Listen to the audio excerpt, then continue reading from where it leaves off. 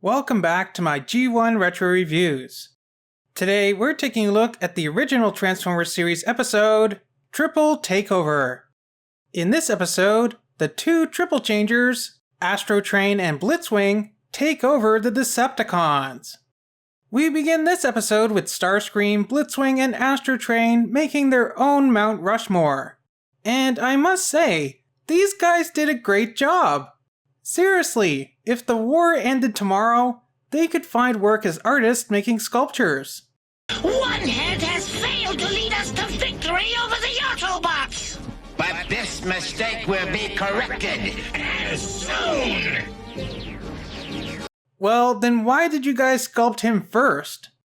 So the trio planned to betray Megatron, and the two Triple Changers also tricked Starscream. No planet ever lost its orbit, underestimating the stupidity of Starscream. I think this must be some kind of Cybertronian turn of phrase that doesn't translate well, because I'm not really getting the meaning here. Starscream lures Megatron into their trap, where Megatron is frozen solid.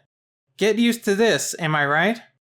But thanks to the Triple Changers double-crossing him, Starscream is also trapped. Triple Changer double cross. So would that actually be a hextuple cross? Blitzwing smashes his way into a football stadium, which he mistakes for a battle simulation arena. Although I can't really blame him. I don't understand football either. Meanwhile, Astrotrain arrives at Shining Time Station, where he proceeds to take over the whole railroad. Pennsylvania, B&O, Reading, and Short Line. Back at the football stadium, Blitzwing and the coach are in an empty locker room. And going by the sign on the wall, apparently they were just in the showers together. Well, before you go getting any ideas, the coach gives Blitzwing the idea of zone defense. Yep, I don't know what that means either, but to Blitzwing, apparently it means contracting the Constructicons to build a highway maze around the stadium. He then proceeds to fire random artillery strikes at the surrounding city, obviously attracting the attention of the Autobots, including Skids, who for some reason had very little screen time in the original series. In fact, he had so little that they forgot who voiced him in the previous episode that he was in, Quest for Survival, where he was voiced by Michael Chane, the same voice actor as Hoist, Powerglide, and Red Alert. But in that episode, he literally only had one line, which was only 2 words. And we're on our way home. Robotic insecticide? Good work. And travel safely. In this episode, he gets a little bit more to say than that, but only just barely. Prime says the bombs are coming from inside the stadium. We'll start them at the 10-yard line. And he is voiced by Dan Gilvezan, the voice of Bumblebee. So the Autobots enter the highway maze where Blitzwing takes them all on. Wait, did Bluestreak just die? Blitzwing also crushes Skids and Prowl, as well as Trax.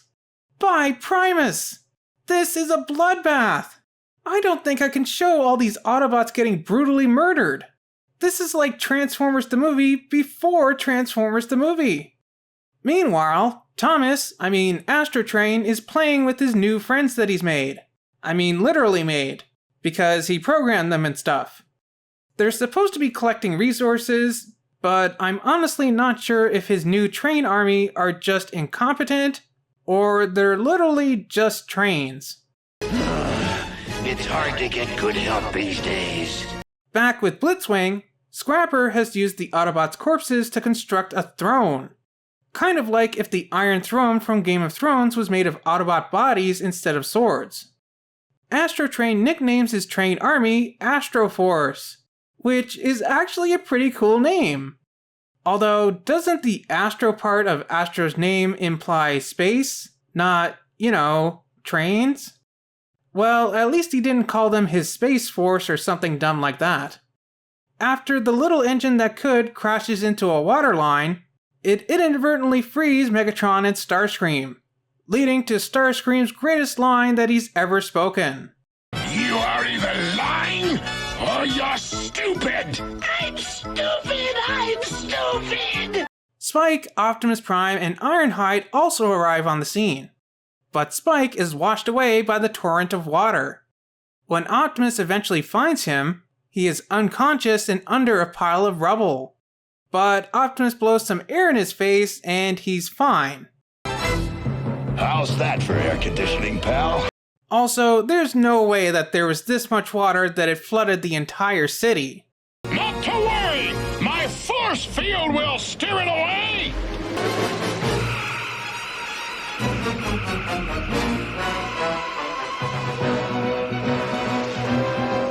Huh, where was Trailbreaker on Gay Pride Month? I didn't know he could emit waves of rainbow energy. Optimus Prime disses Megatron. You and Starscream are just a nuisance. A couple of metallic mosquitoes. Mosquitoes? At some point, the Autobots must have recovered and repaired Prowl, Trax, Bluestreak, and Skids, because now they all seem to be alive and well. Also, I know this is probably supposed to be the regular Bluestreak, but since in this brief scene he is mistakenly colored blue, could this be retconned to be the fictional debut of Blue Bluestreak? I like how Megatron knocks Astrotrain and Blitzwing's heads together like they're the Three Stooges. So the Decepticons all fight with each other as the Autobots watch on. Eventually, Megatron comes out victorious, and the Autobots honor their own leader by transforming into a throne for him. Have a seat, boss. Thrones are for Decepticons. Besides, I'd rather roll. This doesn't look like much of a throne. Where exactly is Optimus supposed to sit? On Skids' lap? Well, this was a fun, but kind of nonsensical episode of Transformers. There's quite a few weird animation errors in this one.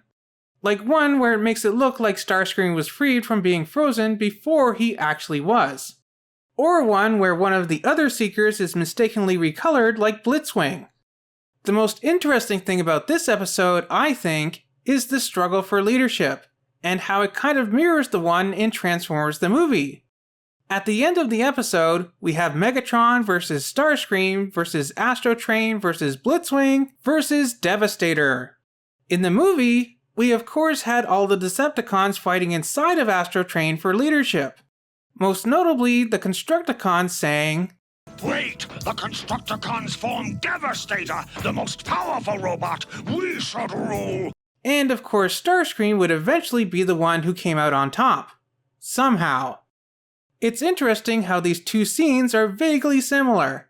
It's like this is how the Decepticons normally decide who should be their leader. I would also like to see a Transformers show where they have co-leaders. Kind of like they did in Master Force, where they had Giga and Mega as the leaders of the Decepticons. Although I think Devil Z was actually the one behind it all, but, you know. It would be interesting if there was a show where, say, Optimus Prime and Elita 1 were both the leaders of the Autobots. You know, a good one. Not like what we got in Siege. Well, be sure to let me know what you thought of this episode of G1 down in the comments. Remember to like, subscribe, and do all that other fun stuff. And I'll see you here next time for the next episode of the original Transformers series, Prime Target, which gives us the greatest Optimus Prime quote of all time. One shall stand, one shall fall. No, not that one. Now light our darkest hour. No, not that one either. Autobots, transform and roll out! Nope, not even that one. Amazing. A booby trap that actually catches boobies. Yep, there you go. So I'll see you back here next week for that.